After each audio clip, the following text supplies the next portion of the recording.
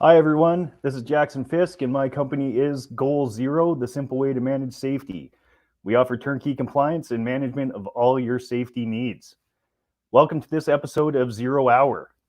0 Hour meaning the time an operation starts or a countdown to when change occurs. It is a live broadcast where we talk to professionals in many industries to discuss all aspects of safety, HR, and business so we can share problems, solutions, or maybe a different perspective, all in the hopes to help you. My guest today is Tammy Wiebe. Tammy is the Executive Director of the Valley Zoo Development Society, a registered charity and partner with the City of Edmonton's Valley Zoo. A small but mighty charity, the Valley Zoo Development Society has a $9 million commitment to the zoo, and Tammy's role is the management of the day-to-day operations, including the gift store, managing subcontractors, HR, financial management, and strategic planning. These responsibilities are really just the foundation of her job, which is campaign management, donor stewardship, and awareness of the important work being done by the Edmonton Valley Zoo. So let's start the show.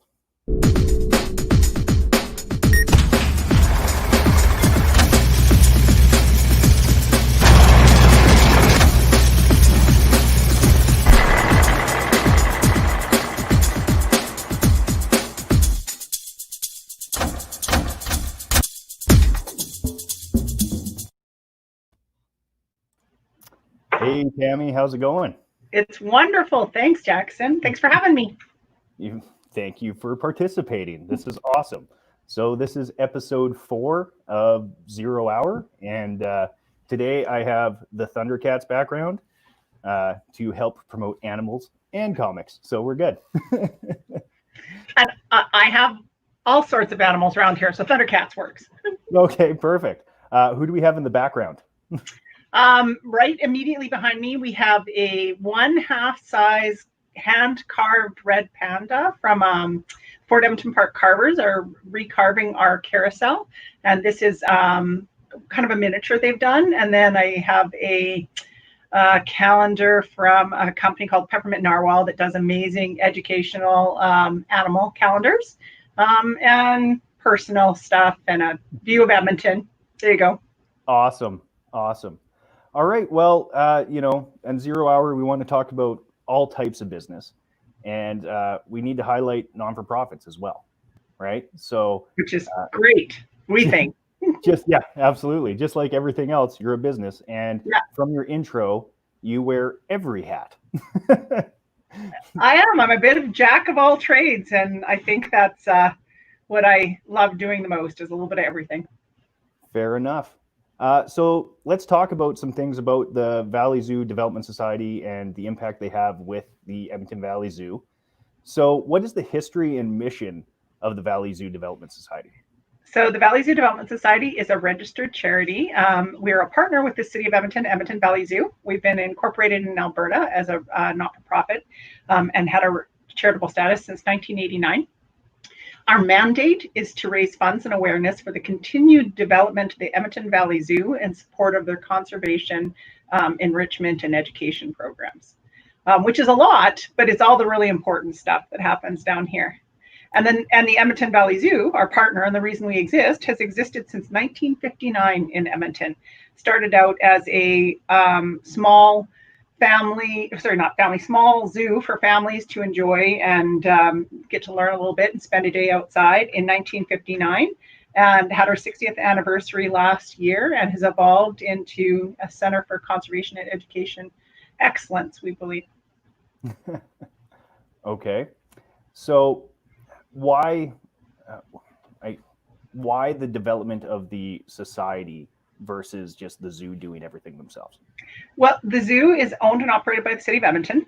Okay. And like all good community facilities, the city should only invest in something if the community and the individuals in the community care about something. That's my personal belief. I don't think that's any mandate. But if people vote with their feet and people want to see something happen, then the city knows that it's a valuable resource. And the city has always supported the zoo and done what's right by the zoo. But a society that does fundraising for the over and above capital development, the over and above enrichment, when citizens get behind something like that, it sends a very clear message to the city council that they value the facility. So we're here to be the voice of the zoo to the community, and more importantly, the voice of the community to the city of Edmonton about what's important. And so when the city makes a decision about funding capital, we like to be able to show them, yeah, it's important to the citizens of Edmonton and Northern Alberta that the zoo is built, because they're going to donate and they're going to do their portion. So generally, the zoo will fund or the city will fund a massive portion, and then we will take a significant portion. So for example, the $9 million commitment we made to them, that's on almost $50 million worth of renovations. So the city knows that the citizens are behind them, that they want to see the zoo grow. And that's why we exist. And then we can fill other niches. So the city takes really good care of the animals by paying for the keepers and paying for the place that they live and taking care of their food. And then we get to help with things called enrichment. And enrichment is all the activities over and above the important level of care they have here to make their lives more interesting. We also help them with the different conservation initiatives, and we help them with things that maybe weren't budgeted in a year. So the city is a massive, corporation, and they set their budget in advance. But animals and world impacts on animals change during the year. So the city might come to us, or the zoo might come to us and say, we really want to fund this, and it wasn't in our budget this year. And we can take that to the citizens and our donors and say, we'd like to help in this area. And people get to help their favorite animals. Long-winded, but that sort of is a very broad, encompassing version of why we think we're necessary and how we help the city. No, I love that, because, you talked about the enrichments, and I've definitely been to the zoo many times now in the last few years. And the way it's expanded, and the enrichments or the houses for some of these animals now they're amazing. Right now, again, I can't, sure, it's not their natural habitat, right? And this is going to lead into my other, our next topic. But you really are trying to make it comfortable for these animals, right? And the add-ons, like the urban farm has been amazing. And the new enrichments for the red pandas is super cool, right? So it really shows that people do care, and it shows the effort that you've been putting into it. So that's awesome. It's fascinating to get to be involved in these construction projects from the beginning, because like all construction projects, it's far more involved than people realize. And there is years of research and consultation that goes in advance. And the zoo obviously cares deeply about what the animals' living conditions are and how we improve those. But what a lot of people don't think about is that changes every year. We're a research organization. We have governing bodies that are constantly doing research on what's best for different species. So as we learn things, we could build and maintain a beautiful habitat, and then 2 years later go, we now know this, and we should do something different. And that's why there's this constant involvement. But one of the things that goes into all of that is we bring in outside experts. So for example, on all of our last projects, there's always 2 different architectural firms. There is an architectural firm that is local, that knows Edmonton and Alberta weather, that knows the types of building materials that do well here, that does all of that. And then there are zoo-specific designers who understand animals, those habitats, and have worked in other zoos to make sure that it meets the needs of those animals. And then, like I said, we're governed by the Canadian Association of Zoos and Aquariums. So we have standards that we must meet. And then when those standards change, our habitats change. So it's very, very involved, fascinating. Okay. I love it. I love listening to you talk about it. the passion behind it, it's amazing. Yeah. So when you talk about, the regulations and, the governing bodies that oversee all this development, what are some of the biggest misconceptions people have of zoos and, I guess, the Development Society? Because when I think of, well, let's put this out there. I've lived in Edmonton since I was 13. Mm-hmm. I've known you for 15 years, and I didn't start going to the zoo till 3 years ago. Yeah. Because I was a believer that zoos were bad, right? Like, we're just caging these animals. We're not taking care of them. Like, it serves only our vain kind of purposes to go see them. Yep. Until I met you. Well, I can't say met you, until I actually listened to you and showed up and was educated, right? And gave you an opportunity to explain it and learn more about it. That was just my belief. And then you see all these documentaries on like blackfish and Yep. aquariums. And so I guess it's a lot of rambling into the questions, but what are some of the biggest misconceptions people have? And when you talk about these regulations, are all zoos part of this, or can you just like make a zoo? We just watched Tiger King. Like, everyone's been in a pandemic, so you could just make a zoo, right? Yep. Okay. So first of all, I'll do the easy one first. And the Okay. there's two main misconceptions that we find all the time. And the first one is not the major one, but it's a local one. And that is that the Edmonton Valley Zoo is tired and old and in need of updates. I've been here since 2012, and that's when the first major rehabilitation had happened since 2005, and we opened Arctic Shores. And since then, this zoo has been under a constant state of construction and change. Yep.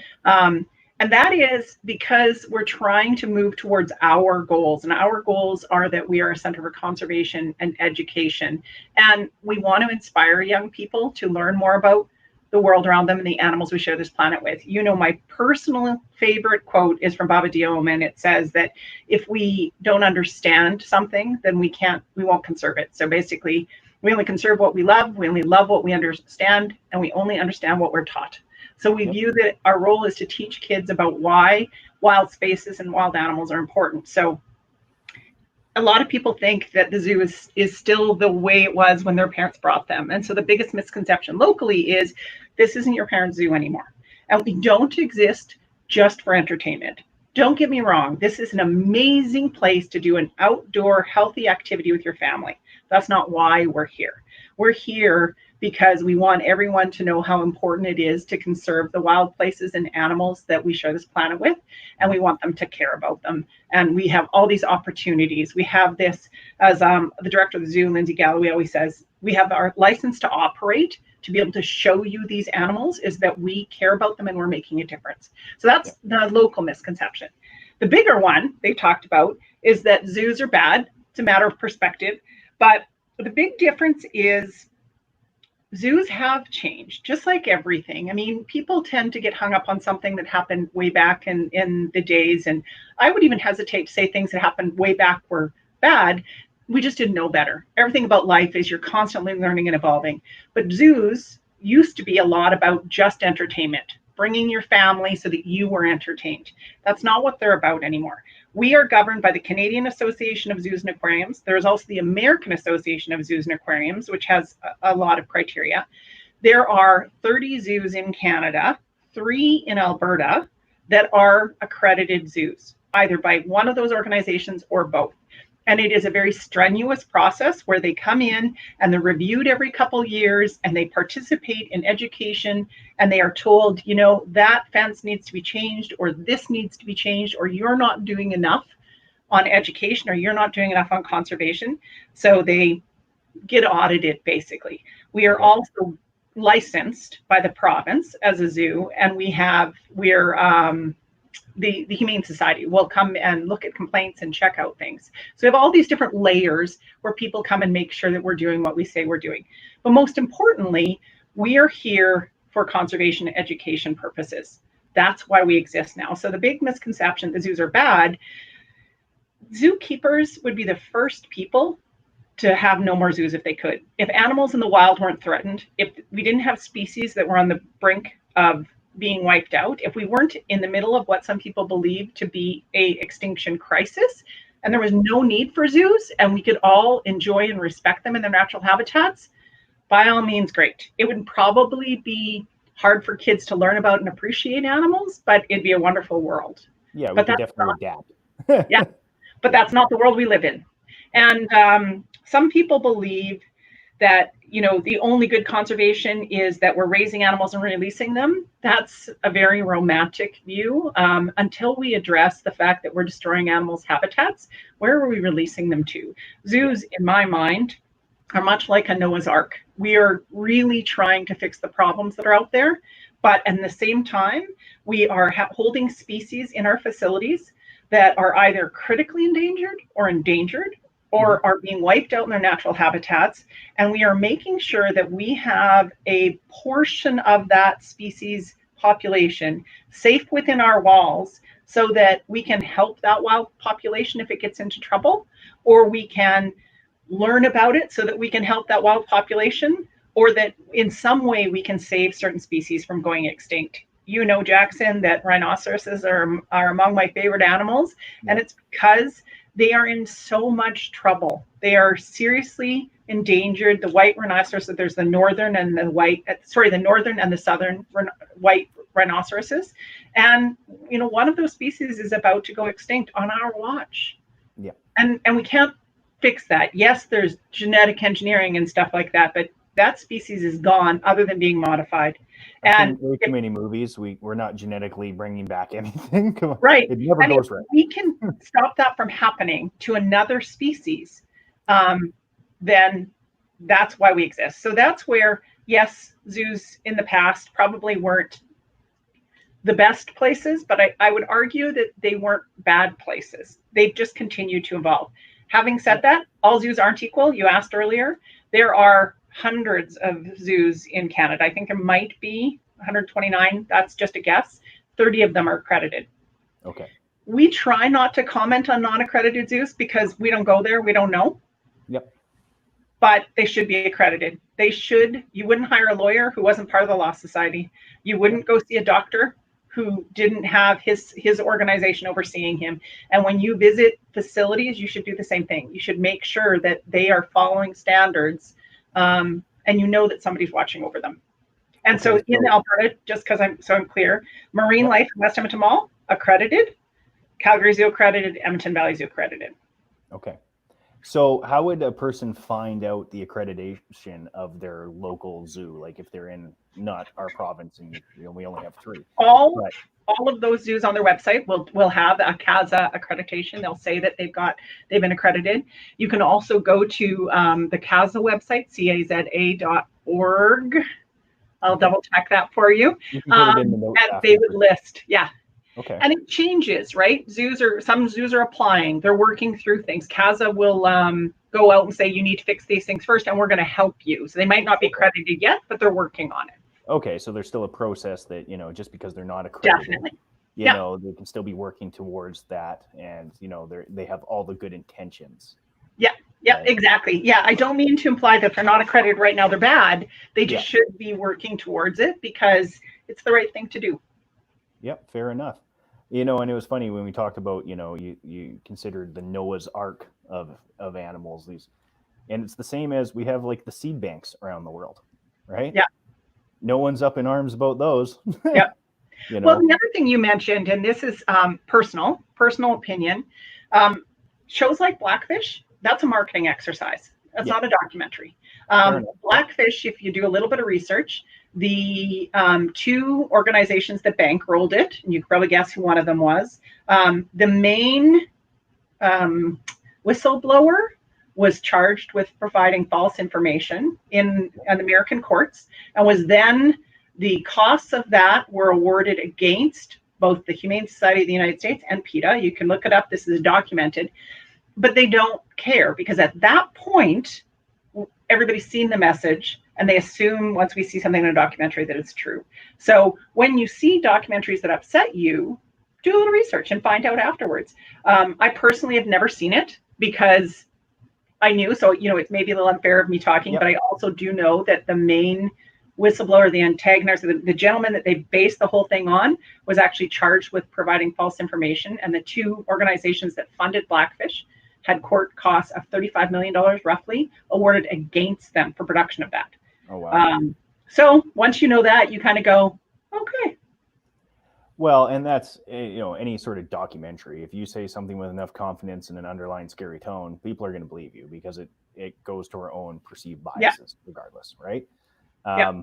So yeah, that's great information. And again, that's something that until I let you educate me or Yeah. allowed myself to be educated, I had a firm stance of like, no, this is dumb, right?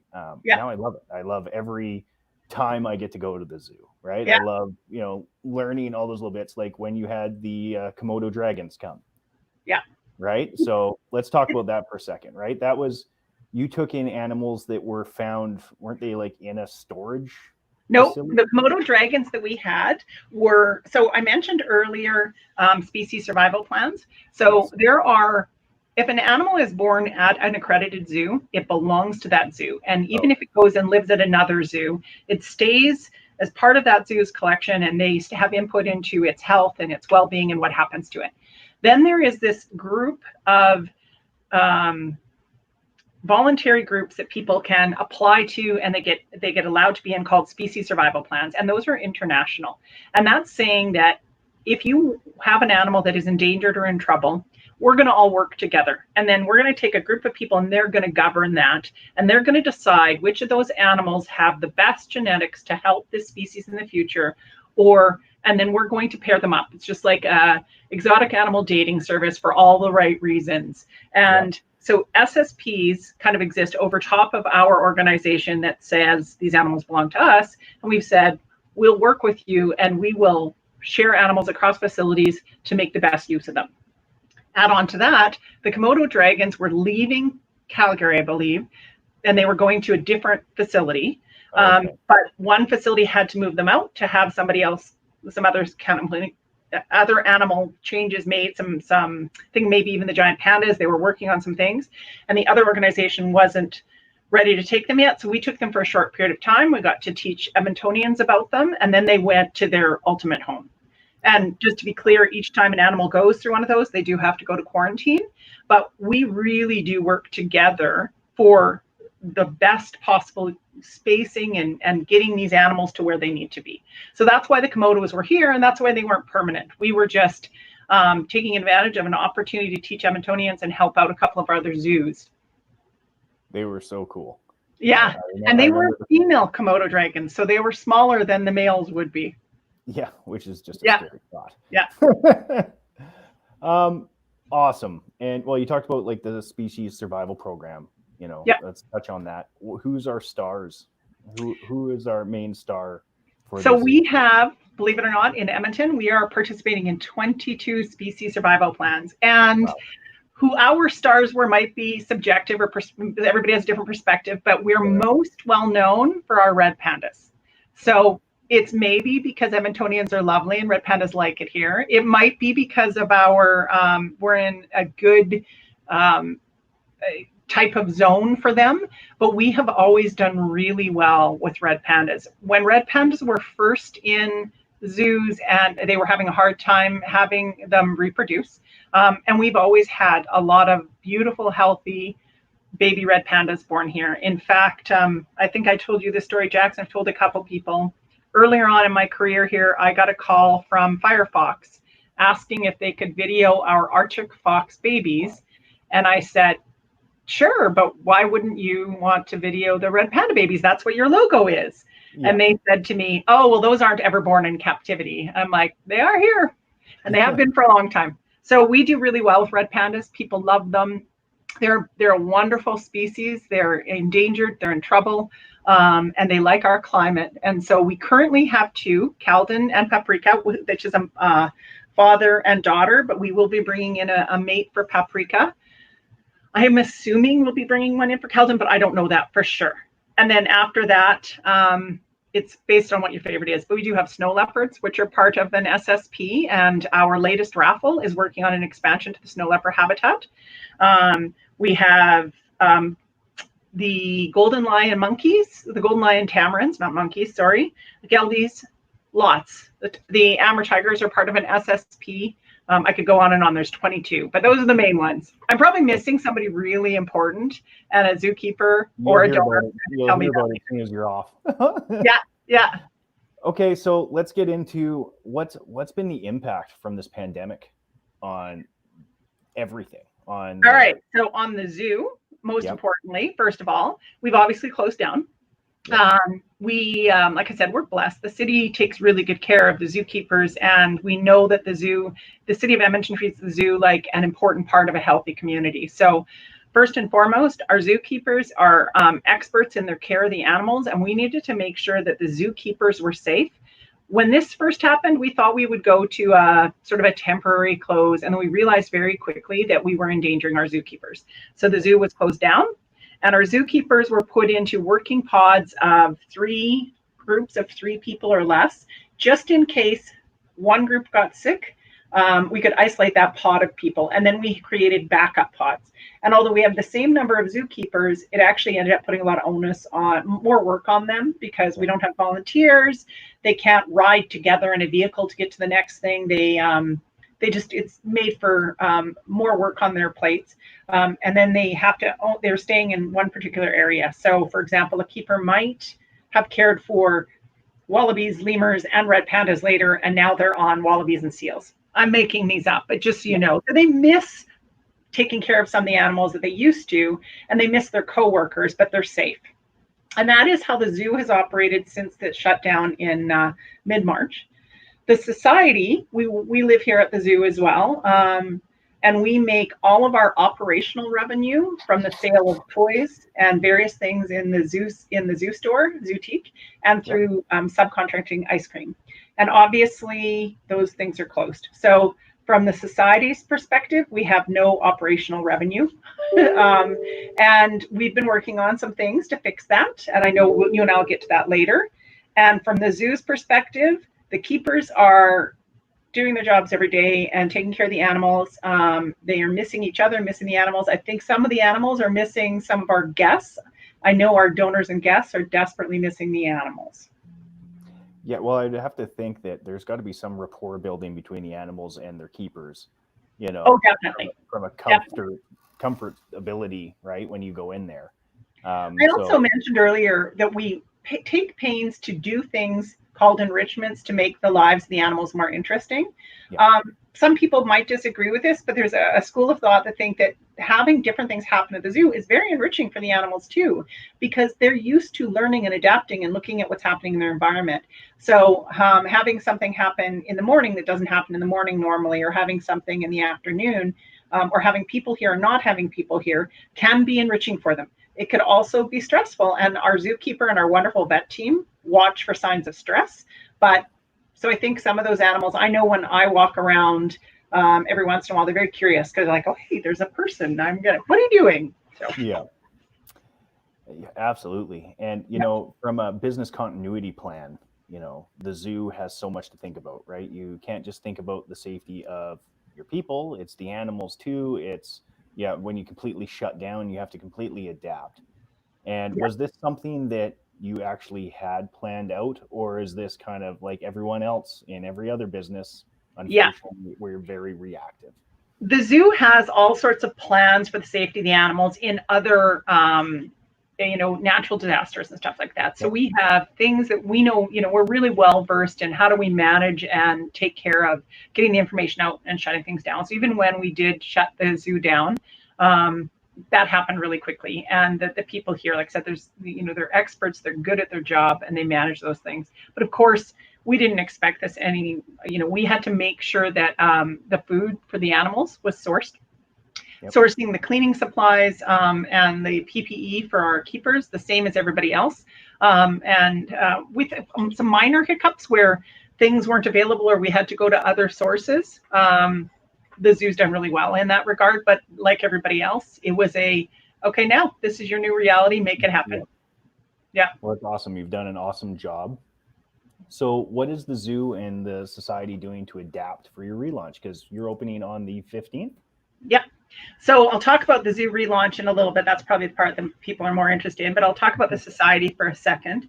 So the society, unfortunately, we laid off our zoo staff and we talked to some of our contractors, zootique staff, about having to close down when the zoo closed down, and made sure that everybody was as taken care of as they could be. That means we've had a number of people who aren't working, just waiting to get back. I mentioned earlier that we take our operational revenue from the zootique. I'm always really careful with this because I think there is an unrealistic expectation on charities in the world. And every once in a while, I'll hear somebody say, I'm not giving to that charity because, only 90 cents of my dollar went to the cause. 90 cents in your dollar is wonderful. Charities have to pay for the stamp to send you the tax receipt and the envelope it went in and the paper that it was printed on and the computer system that it was printed on. And even if it is a digital tax receipt, somebody had to enter that, and it's either a volunteer or it could be an employee. So it is unrealistic to expect a charity to take 0% of your donor dollars towards their cause. They've got to be able to continue fundraising. Having said all that, we are incredibly fortunate. We operate the Zootique here down at the Edmonton Valley Zoo, and we subcontract ice cream. And those two things and some of our events pay for our operation throughout the year, so that my time, my main staff's time, contractors that work for us are free to fundraise and help the city do all the things we talked about earlier. So COVID hit and we have no operational revenue. So we had to rethink our model. We haven't had to start to consider taking part of donations. We're still grateful and lucky. We always give almost all of our money away at December 31st to whatever causes we have. We keep a very small portion to, pay rent, keep the lights on, pay our employees until the end of May every year. So we were able to work through that. And then we started reaching out to our supporters and looking what other people were doing. We have a toy store. So we started having a couple sales online. So you go to our website, buildingourZoo.com, and you could buy children's educational books for all the homeschoolers. We had just done a beautiful coloring book in celebration of the Fort Edmonton Park Carvers. They had done all the graphics and we printed it for them. So we sold those online. And then thanks to you, in fact, and a couple other friends, I was notified about London Drugs doing their shop local. And we got to put some of our products in some London drug stores. And we're just now unveiling an amazing partnership with the North Central Co-op, who is a good supporter of the Edmonton Valley Zoo and a wonderful supporter of the Development Society. They literally came into our stores and looked at a lot of our toy displays and said, we can take this for you and we'll sell it and we'll give you 100%. So everybody can see them in their local co-ops right now and the local gas bars. That is huge for us. That will help us keep the doors open for the next foreseeable future where our continuity plan ends. So hopefully we'll be able to sell that stock. And then we've done online raffles. So that's our operational revenue. That's keeping the bills paid and what our obligations are. Yep. Because even though COVID happened in March, charities are governed and we have certain things that we've said we're going to do and money that we're donating to causes. We don't get to say no now just because there isn't any. So we've got to find a way to do that. We wanted to meet those obligations. So I can thankfully say for our obligations this year, we're able to meet all of the ones that were on the books. Now we're looking at how do we help the zoo because it's a different world. Our major donors and sponsors, our sponsors were for events. Events are canceled. We don't have any fundraising events. We can't ask you, Jackson, to sponsor an event that doesn't exist. Yeah. So it's a hard sell, unfortunately. Right, exactly. And, even if we had an event that existed, we recognize that Edmonton businesses are hurting. A lot of our major supporters are hurting. So we're not hands out asking for donations because we know that there's a lot of mental health and health charities that need desperate help right now. We are trying to do different things that will help us fundraise, that give back to the community as well. We're doing these 50-50 raffles. I got to make a phone call on Sunday and give a lady $10,000. Coolest thing ever to talk to somebody and say, you've just won our $10,000 raffle.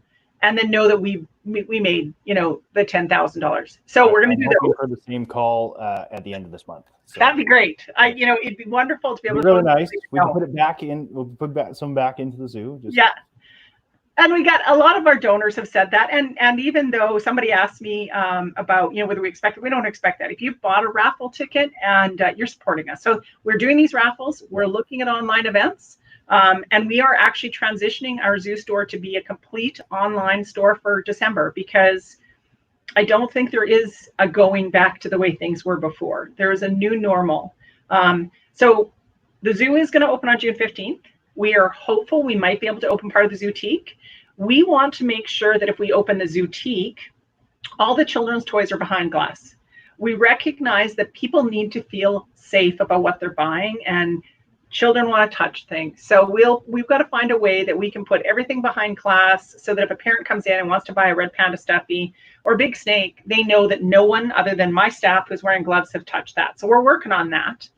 The zoo is really feverishly working on plans to reopen right now. I know we're getting a lot of questions from people about, how do I buy my tickets? What do I do?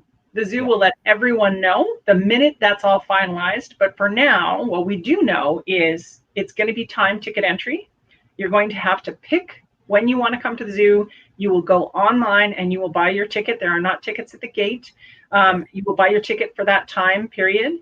We will have special pricing. And then we are going to have about 50% of our capacity before, to make sure that the park is never overcrowded.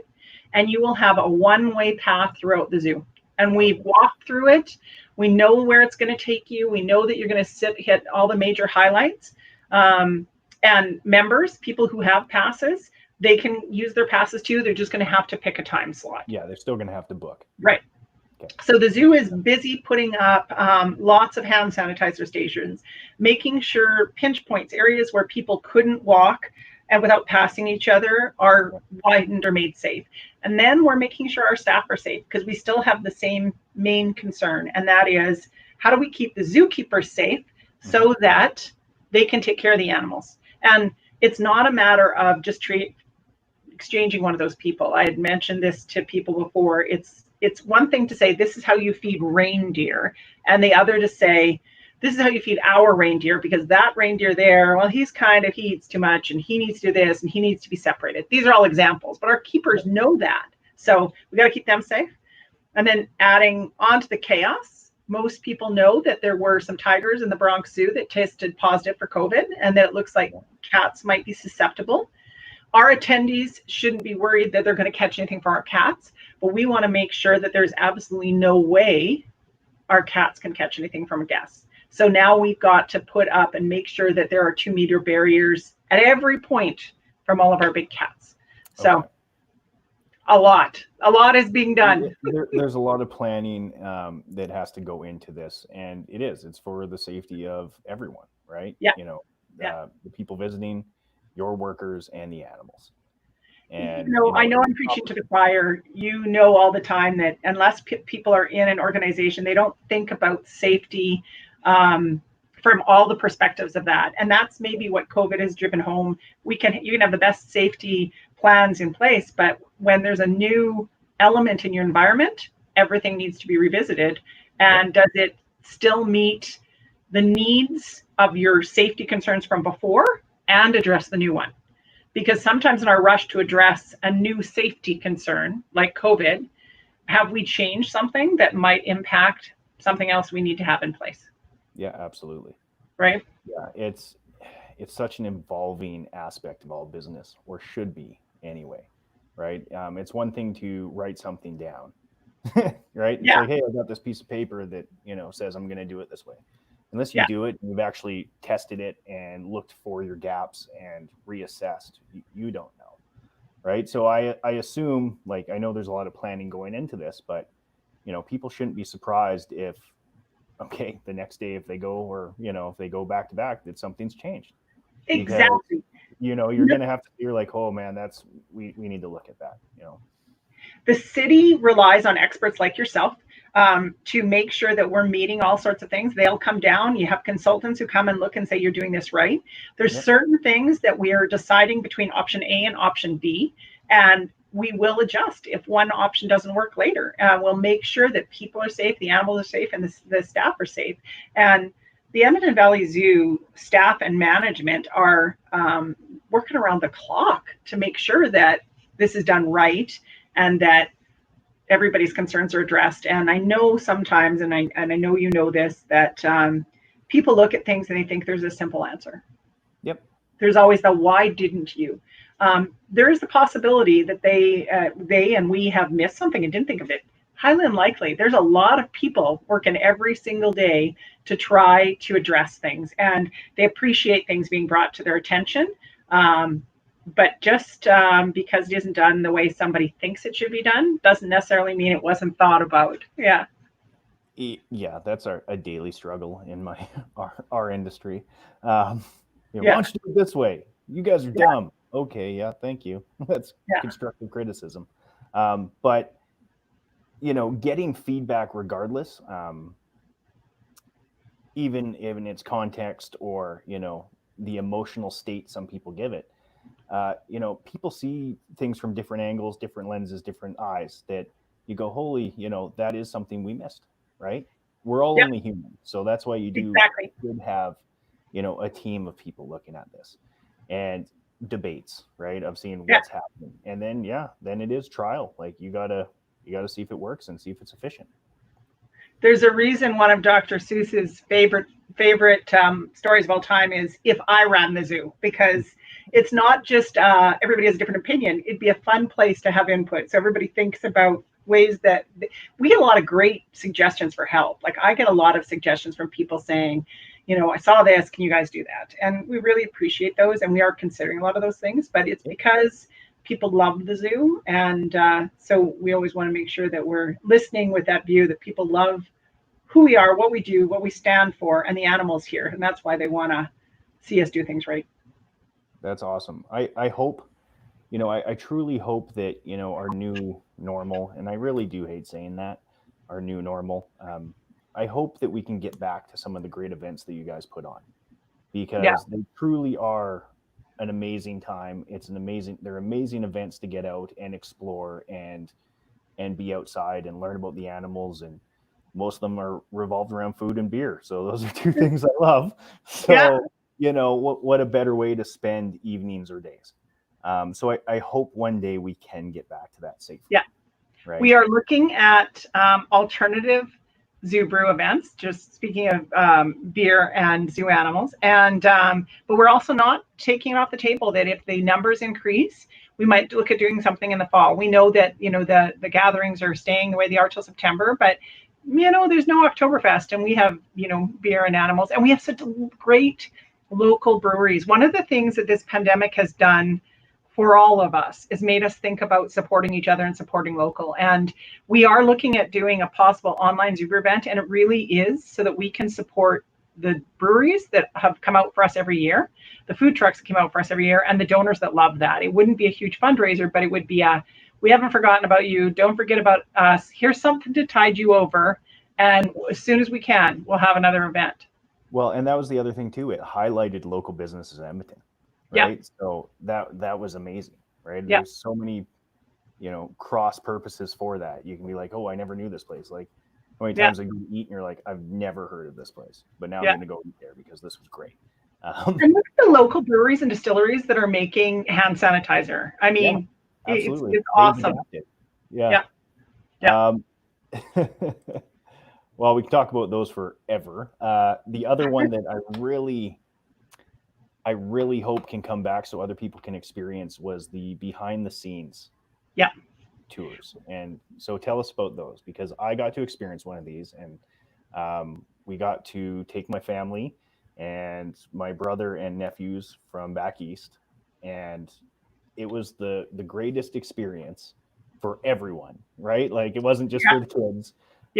My mom had a blast. My dad had a blast. It was so cool. So tell us about that before we. So those are called zoo builders. And the reason we call them zoo builders is because your donation goes and helps us build the zoo. And it's part of a program of things that we offer here that all go straight to helping revitalize and rebuild habitats. So, but one of the things about our zoo builders is they're meant to allow somebody to get closer to one of the animals they love, and they pick a species they love. But and this, Jackson, I tell people, I think I started this program maybe 4 years ago, maybe 5. Time goes by so quickly. And really at that time, it was to put a framework around some of our special experiences so that we didn't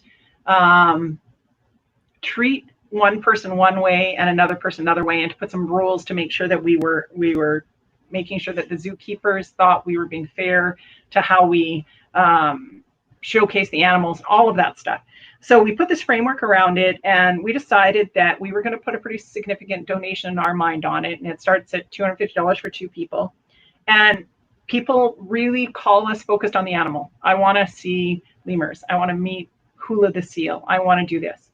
And almost without fail, afterwards, they tell me, that zookeeper was amazing. I learned so much. And it is an opportunity for people to get to spend up to 2 hours with a zookeeper who is an expert and lives or works daily with the animal that you love. And you get to help them build an enrichment or do something specific, and understand what's happening with their species, how you can help, connect with that animal, care about that animal, and then hopefully learn to conserve it, like we talked earlier.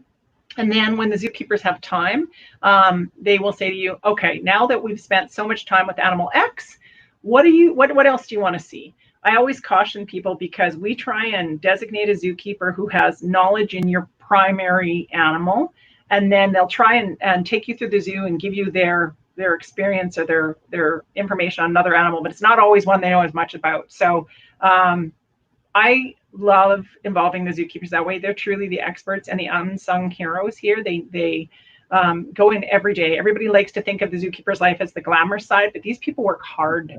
They work hard, and they work hard doing a lot of hard physical labor. There's a lot of cleaning, and they care for these animals the same way, if not more, than we care for our pets at home. And I know people don't like to hear that, but they care about them, and they read up constantly on what's the best way to enrich them and take care of them. So you get to spend time with those people, and I love hearing feedbacks about that. It was an amazing opportunity. Yeah. And just so people know, it wasn't a free for all. Like we didn't get to go just like roll around with the animals and put them in harm's way by any means. It was a very controlled environment. Yeah. But you got to be close to them, and you got an education on them, and it was super cool. So thank you for that, and I hope those get to come back one day. Yeah, my belief is we'll be able to get and do the zoo builders again as soon as we know it's safe for our zookeepers to do so. We'll probably have to say, there will be no zoo builders in our large cat areas because of COVID. But as soon as we know that A, it's safe for our guests and our zookeepers from a COVID perspective, and B, that we've got enough zookeepers doing the day-to-day stuff that we can free up some people, then hopefully we'll bring the zoo builders back, because I want to say that it's almost like a gateway drug, because we ask people to come in and do this for a donation. But what we really know is you're going to fall in love, and you're going to care so much about those animals that you're going to be a supporter of ours. So that's how we get you, Jackson. It worked. It was very effective. Yeah. So we've talked a lot about everything, and I appreciate your time. How can we help?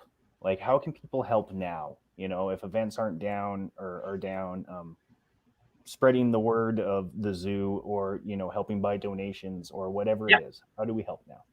So with respect to the relaunch, watch your news and be patient with us as we relaunch the zoo, because it might not be perfect. It might not be how you remember it, but we're working on it, and we'll get you here, and we'll get you to see the animals.